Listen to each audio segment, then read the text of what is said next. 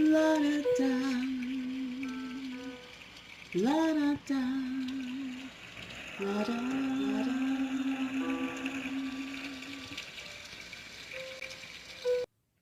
Let's say you have entered into a new phase in your life, and yet you have not been refreshed and nothing has been renewed. In fact, the future looks bleak because your circumstances are the same and appear to be on a downward spiral. Let's say that you are losing your mind because of the mental shock of it all.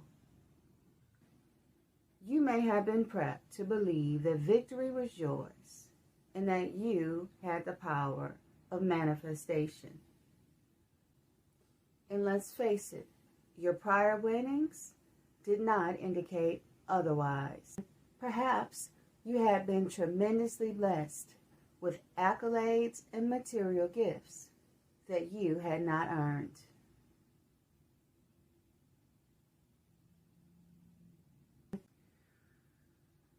You gained undeserved favor, and yet and still, in the pit of your stomach, you did not enjoy your privileges.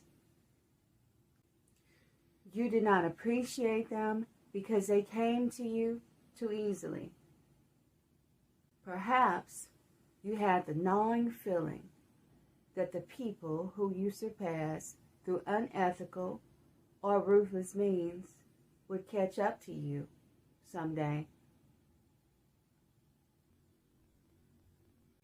If peace is not a reality in your environment, and madness and lunacy has permeated every fabric of your environment, then maybe you ought to sit down and reflect on your part, if any, in the problem. This is easy to do when you have been socioeconomically bound and shackled with no place to go. If this illustration applies to you, then it is time for you to take responsibility for your actions. At some point, things were smooth sailing for you because you had the backing of an organization, and participation in unethical acts in order to get ahead was the norm, if not the expectation. Back then, you didn't imagine the season that one day you would have to pay the Grim Reaper. In other words, maybe you were the benefactor of a fraud-ridden social environment. You went along with the agenda in spite of damage to other people and gained acceptance amongst your ill-connected peers. Now that the environment is completely saturated in everything false, fraudulent, and fake, especially in public spaces, everyone is drowning. And our society is suffering from low productivity and futile business performance. In the past, you might have thought it was cute to be qualified by an illegitimate authority. There was a widespread practice of falsifying and inflating credentials for entitled persons with the goal of watering down and devaluing the actual talented human resources. Let us now explore why watered-down economics is destructive. What is watered-down economics? According to Cherish Mind Power, watered-down economics is the eradication and overhaul of merit-based competition. It is the oversaturation of the marketplace with fake academic degrees, false credentials, and inflated talent. It is designed to uplift unqualified persons and to block the upper mobility of qualified and valuable individuals. Characteristics of this economic design include gross exaggeration of achievements through untrustable awards and inaccurate performance data.